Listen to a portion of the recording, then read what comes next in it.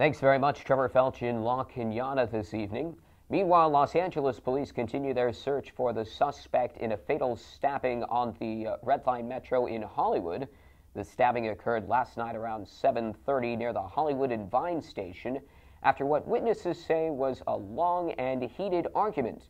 The suspect is an Asian male in his 20s, about 6 feet tall, with acne scars on both cheeks. The LAPD has not yet released the identity of the victim. In Libya, rebels claim to be in control of most of the capital, Tripoli, as of this hour after scattered battles erupted across the city. There is still no word on the whereabouts of Libyan leader Muammar Gaddafi, but reports from Tripoli today say 2 of Gaddafi's sons have been captured by NATO forces. The first Atlantic hurricane of the season struck Puerto Rico this morning. Over 1 million Puerto Ricans are currently without power after Hurricane Irene struck the capital city San Juan with 10 inches of rain and winds up to 75 miles an hour. The National Weather Service expects Irene to veer northeast and hit the Florida coast by Tuesday. Here in Southern California, the weather continues to be dry and very hot. The high in downtown Los Angeles today was 98 degrees, while highs this afternoon along the Orange County coastline were in the mid-90s. We'll have a full forecast coming up in just a few minutes, including when, in the next few days, we might get some cooler relief for those firefighters. Well, tonight, the Hollywood Bowl becomes a 1900s Parisian cabaret. As Trevor Felch reports, the Moulin Rouge joins the LA Philharmonic for a special evening of jazz, fireworks, and, of course, the can-can.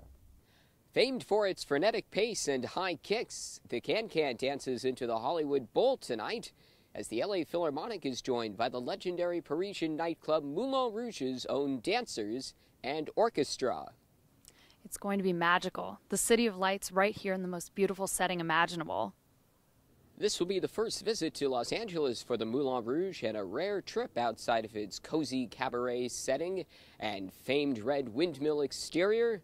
Los Angeles music fans who have never been to Paris, and even those lucky enough to visit the city often, are excited to get a taste of the world-famous Parisian nightlife, under the stars, and of course, without the plane ticket. I try to go to Paris every year. This year I can just bring a baguette, some wine, and come right here to the bowl. It's a heck of a lot cheaper too. It's magnificent. Magnifique.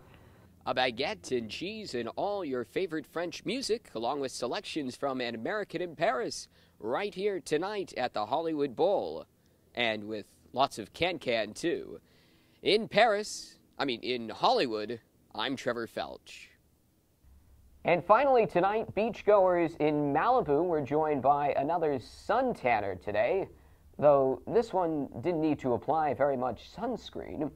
Early this morning, a rare Guadalupe fur seal beached itself at Will Rogers State Park. Park officials say the seal must have distanced itself a bit from its colony migrating south from Northern California to the warmer Baja California coast at this time of year.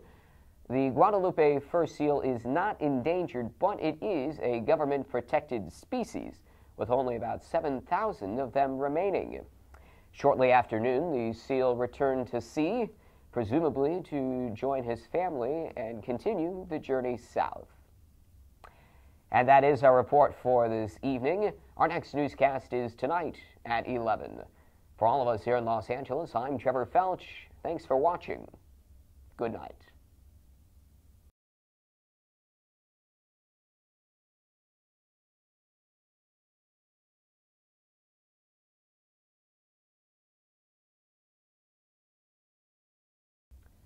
Triple-digit temperatures and fierce winds aren't helping firefighters battle the massive station fire burning in the Angeles National Forest, with flames getting dangerously closer to homes. Good evening, everyone. I'm Trevor Felch. Today, Governor Schwarzenegger declared an official state of emergency for Los Angeles County, with over 750 firefighters battling the blaze that is currently only 5% contained. Late last night, evacuations began in the communities of La Cañada, Flint Ridge, and Altadena. Trevor Felch joins us now from La Cañada, where residents have been packing up their belongings all day today. Trevor? Trevor, around 11 o'clock last night, police began knocking on doors here in La Cañada, issuing mandatory evacuation orders, with the station fire blaze growing in the southeastern direction right here towards this neighborhood. For residents of La Cañada, it meant packing up their belongings in sometimes just a few minutes. It's crazy. I mean, you have a couple of hours to pack up your whole life and you don't know whether you'll ever see your house again. It's scary. La Cañada High School's gym has been turned into a makeshift shelter for evacuees. With over 5,000 acres already burned and flames visible from the street, La Cañada residents fear what they might return home to. It doesn't seem good. The fire's barely contained and the weather's not getting any better. Just gotta hope and pray for the best. With the station fire continuing to grow dramatically, today Governor Schwarzenegger summoned the California National Guard to join the hundreds of firefighters and volunteers already here fighting the blaze.